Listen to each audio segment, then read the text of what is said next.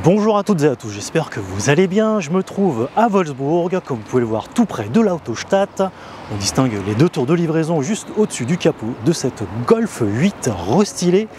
Ici en version break et en finition style, et je vous propose de la découvrir ici dans sa motorisation ETSI 150 chevaux. Allez, c'est parti!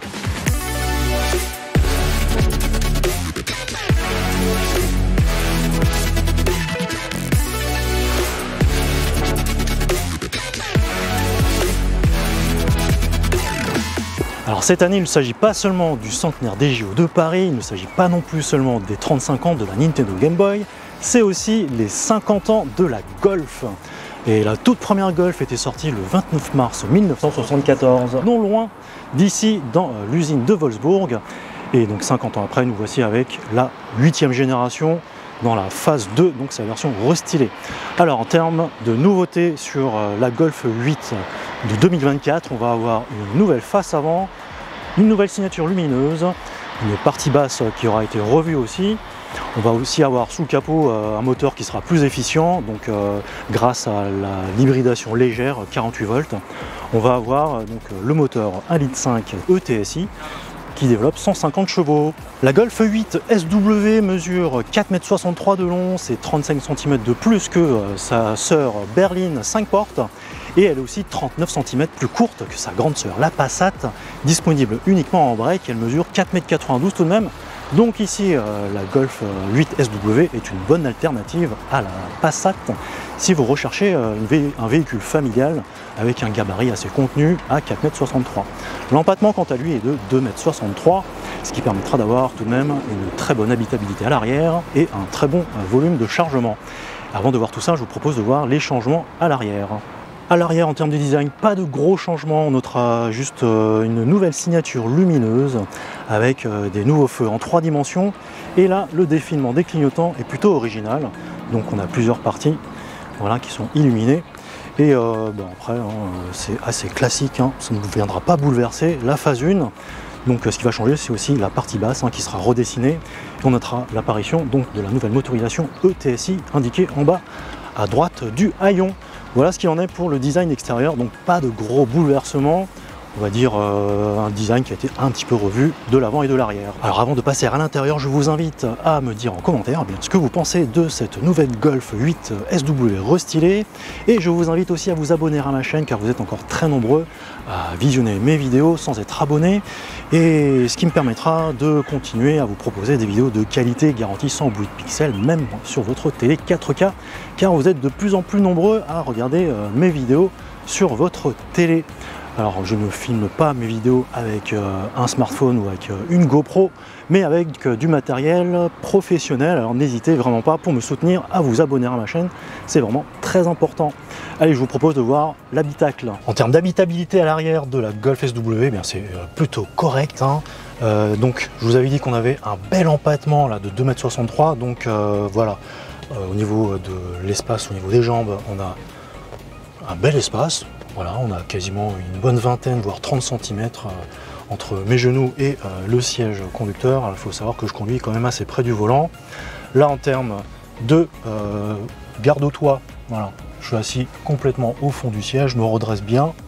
Et là, vous voyez, mes cheveux touchent le plafond. Donc si vous mesurez plus d'1,80 m, là vous allez toucher le plafond, mais bon, rien ne vous empêche de vous affaler un petit peu pour gagner quelques centimètres. Et je trouve qu'on a un très bon maintien latéral à l'arrière, ce qui est plutôt vraiment sympa. Et donc en termes de siège et tout ça, on est sur du simili-cuir et tissu. C'est légèrement ferme, mais ça ne reste pas inconfortable. Alors ensuite, en termes de qualité de présentation à l'arrière, sur la contre-porte, on va avoir malheureusement des plastiques durs, pas de décoration comme à l'avant, mais c'est sérieusement présenté, c'est rigoureux. Là, on va avoir la partie en microfibre. Et en partie basse, le vide-poche toujours avec un petit peu de moquette. Et en termes de rangement, on aura deux autres rangements derrière les dossiers avant, en partie supérieure, et en partie basse, un plus grand rangement. Ensuite, on a une climatisation trizone sur cette finition style, et donc on pourra régler la température et ainsi l'orientation des flux d'air. Et on va avoir un petit peu plus bas deux prises USB-C pour recharger les tablettes et les smartphones. Alors par contre, il y a quand même un gros tunnel de transmission, ce qui veut dire qu'on aura peut-être une version 4 roues motrices sur peut-être la Golf R par exemple. Alors sinon, pour finir sur les côtés pratiques, on va avoir un accoudoir entre les deux passagers à l'arrière qui va cacher deux porte-gobelets. On va avoir aussi une trappe à ski, et ce qui pourra être pratique lorsqu'on ira au ski ou alors quand on ira dans les magasins de bricolage ou d'ameublement. Voilà, comme ça on pourra transporter des objets longs. Et donc les dossiers sont rabattables sur le schéma 40-60. On ne pourra pas, comme sur certains véhicules, régler l'inclinaison des dossiers. On est dans un break, donc pas non plus de siège coulissant. Ça respire le sérieux. On est bien installé à l'arrière de la Golf SW. La Golf SW offre un très beau volume de coffre à 611 litres. Le plancher peut être modulable en hauteur. Et en rabattant les sièges, on pourra monter jusqu'à 1642 litres.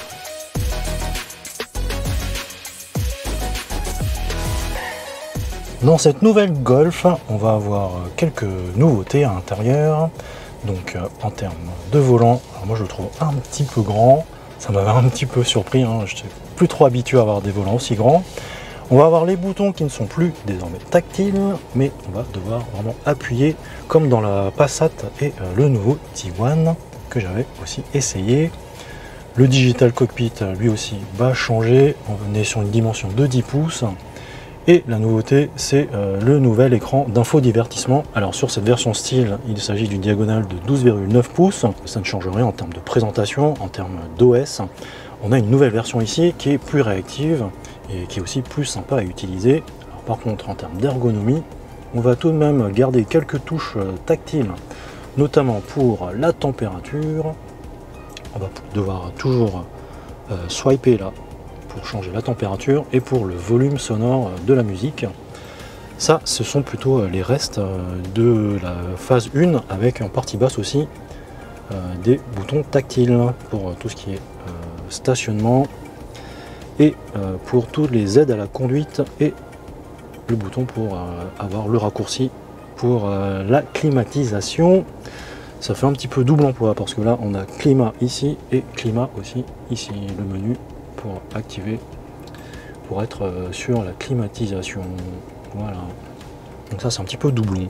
Alors pour continuer sur l'intérieur, on a cette partie là en noir piano, le nouveau levier sélecteur de vitesse,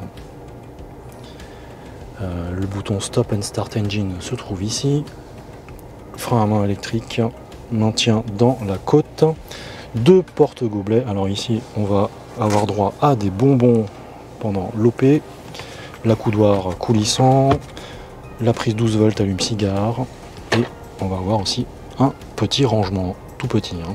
Voilà, pour les rangements. La boîte à gants qui ne change pas, qui offre aussi une bonne capacité, un bon volume. Les contreportes, hein, pour l'avant c'est de bonne qualité. On va avoir des parties moussées en haut, un petit décor qui sera repris aussi tout le long de la planche de bord. Voilà, de ce côté-là. Une partie en microfibre. Et ici, c'est du simili-cuir un peu molletonné. Et ensuite, on aura les boutons de la vitre avec en bout des parties chromées. C'est bien présenté. Vide-poche avec une moquette à l'intérieur.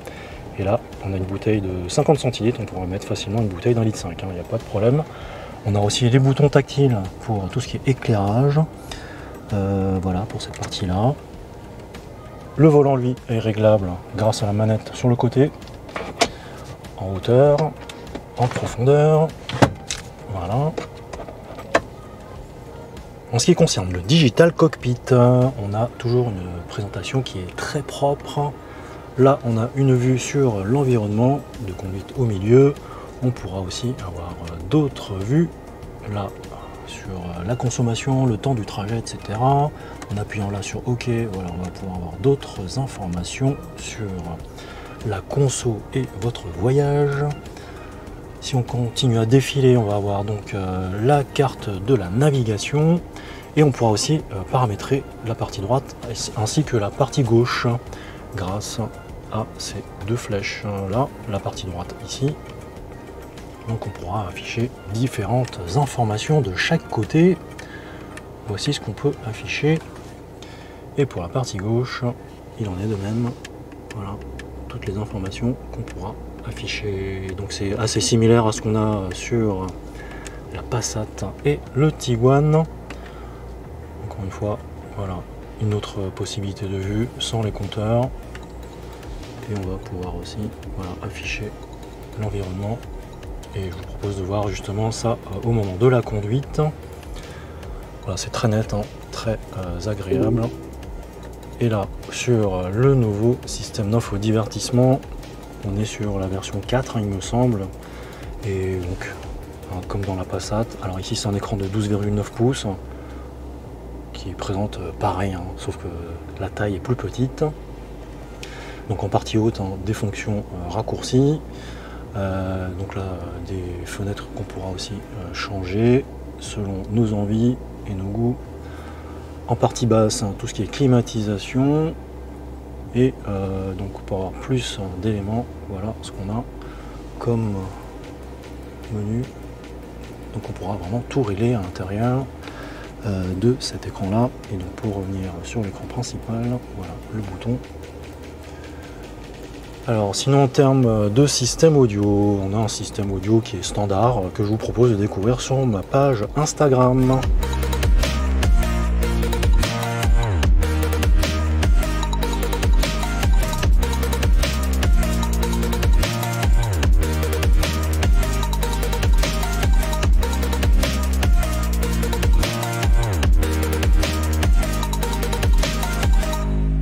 En termes de motorisation, on est sur le 4 cylindres 1,5 litre ETSI avec une micro-hybridation.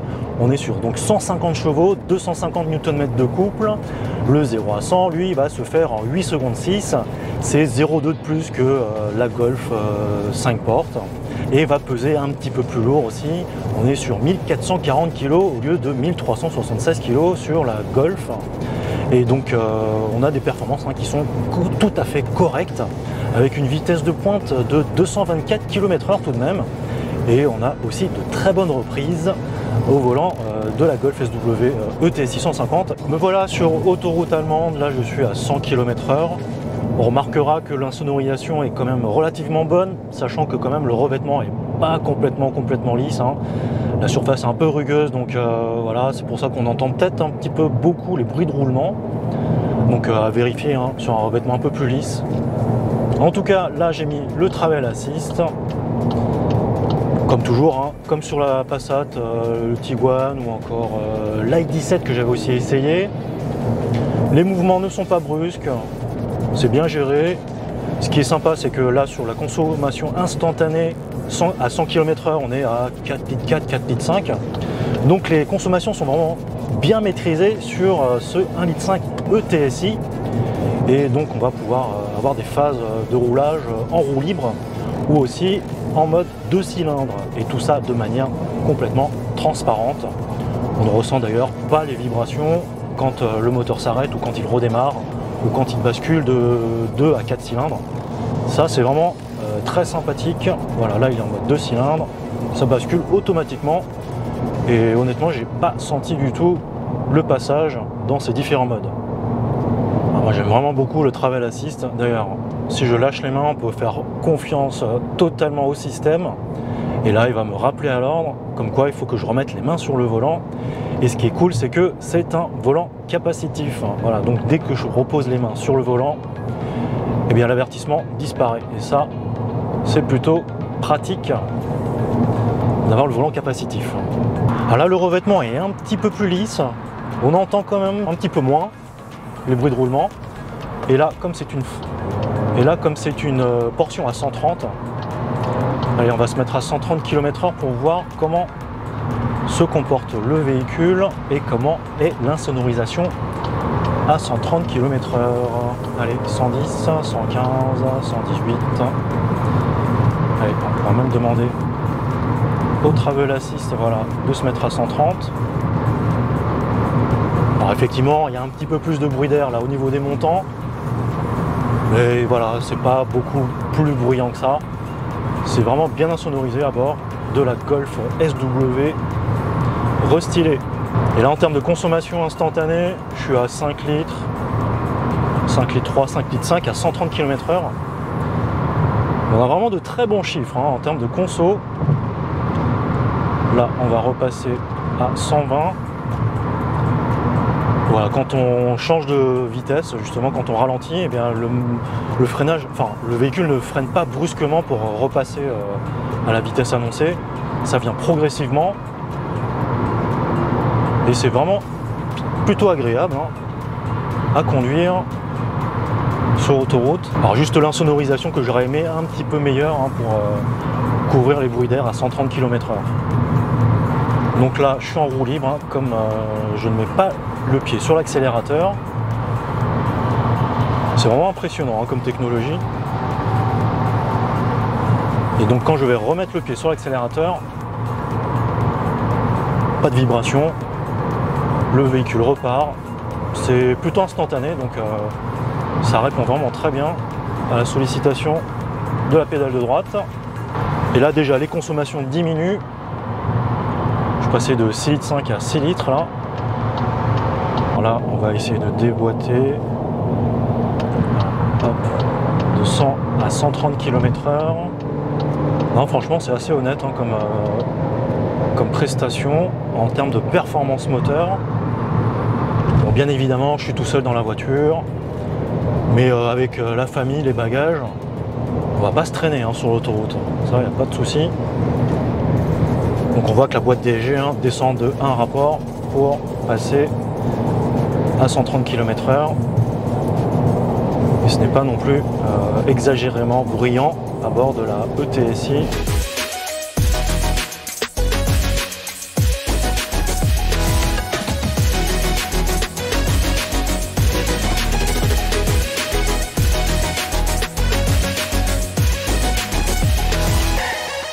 Alors me voilà arrivé à destination, un trajet de 96 km. J'ai donc roulé sur autoroute à une vitesse maximum de 130 km/h avec un tout petit peu de ville pour arriver jusqu'à l'Autostadt.